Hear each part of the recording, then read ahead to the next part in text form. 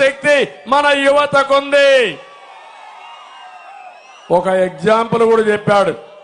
నేను చిన్నప్పుడు మా అన్న నాకు సినిమా నేర్చుకునే డైలాగులు చెప్పడం కానీ నటన నేర్చుకోవడానికి నైపుణ్యాన్ని నేర్పించాడు. నేను సినిమా యాక్టర్ అయ్యాను, ఇప్పుడు రాజకీయాల్లోకి వచ్చాను, ప్రజల మన్నలు పొందుతున్నానని చెప్పాడు.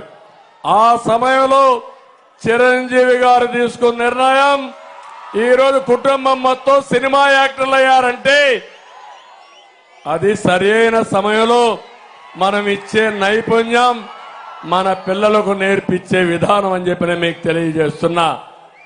అందుకని నైపుణ్య కేంద్రాలు పెడతాం. యువతకు హామీ ఇస్తున్నా, మీ అందరికీ ఉద్యోగాలు 20 లక్షల ఉద్యోగాలు ఇచ్చే బాధ్యత మాది. వర్క్ ఫ్రం హోమ్, మీ ఇంట్లో కూర్చొని ప్రపంచ కంపెనీలో పనిచేస్తారు. హైదరాబాద్ లో ఉన్నట్టు ఒక హైటెక్ టవర్ కూడా ఇక్కడే కోనసీమలో, అందాల సీమలో కొబ్బరి చెట్ల మధ్యలో కట్టుకుంటే ఏ విధంగా ఉంటుందో ఒక్కసారి ఆలోచించండి. ఇప్పుడే పవన్ కళ్యాణ్ గారు చెప్పినట్టు ఒక ట్రైన్ కూడా వేసుకుని కొబ్బరి చెట్ల మధ్యలో పోతా ఉంటే టూరిజం కూడా బాగా అభివృద్ధి అయ్యే అవకాశాలు ఉంటాయి.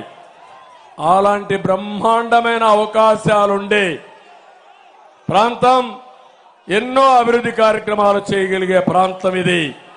నేను అందుకే మిమ్మల్ని అందరినీ కోరుతున్నా, తమ్ముళ్ల భవిష్యత్తు ఏమమ్మా, ఆడబిడ్డలు మీరు ఆలోచించండి, తల్లిదండ్రులు మీరు ఆలోచించండి.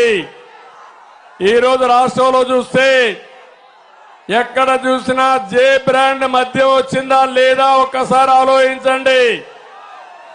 ఒకప్పుడు తెలుగుదేశం పార్టీ టైంలో 60 రూపాయలు క్వార్టర్ బాటలు. ఇక్కడ కూడా చాలా మంది మందు బాబులు ఉన్నారు. ఏం తమ్ముళ్ళు 60 రూపాయలు ఇప్పుడు ఎంత? ఇప్పుడు క్వార్టర్ బాటలు 200 రూపాయలు. అవునా కాదా అని మిమ్మల్ని అడుగుతున్నా. ఆ మందులో నాణ్యత లేదు. ఒక క్వార్టర్ వేసుకుంటే కిక్కెక్కదు, రెండో క్వార్టర్ వేసుకుంటే 140 రూపాయలు చౌరం. 2 బాటలు తాగితే ఆరోగ్యం క్షీణించిపోతుంది, గుండెల్లో మంట వస్తుంది, కిడ్నీ సమస్యలు వస్తాయి. కానీ జగన్మోహన్ రెడ్డికి మాత్రం కనికరం లేదు. దీనికి తగినట్టు నేను అడుగుతున్నా, అమలాపురంలో గంజాయి దొరుకుతుందా లేదా తమ్ముళ్ళు అని మిమ్మల్ని అడుగుతున్నా. ఉందా లేదా అని మిమ్మల్ని అడుగుతున్నా. గంజాయి ఉందని వాళ్ళు చేలిపైకి ఎత్తండి. ఏం తమ్ముళ్ళు, తేలుగుట్టిన దొంగల మార్గమునుంటే సమస్య పరిష్కారం కాదు.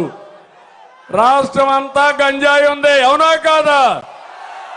ఒక్కరోజు ముఖ్యమంత్రి సమీక్ష చేశాడా? అదే నేను గాని పవన్ కళ్యాణ్ గాని భరిస్తామా అని మిమ్మల్ని అడుగుతున్నా. మన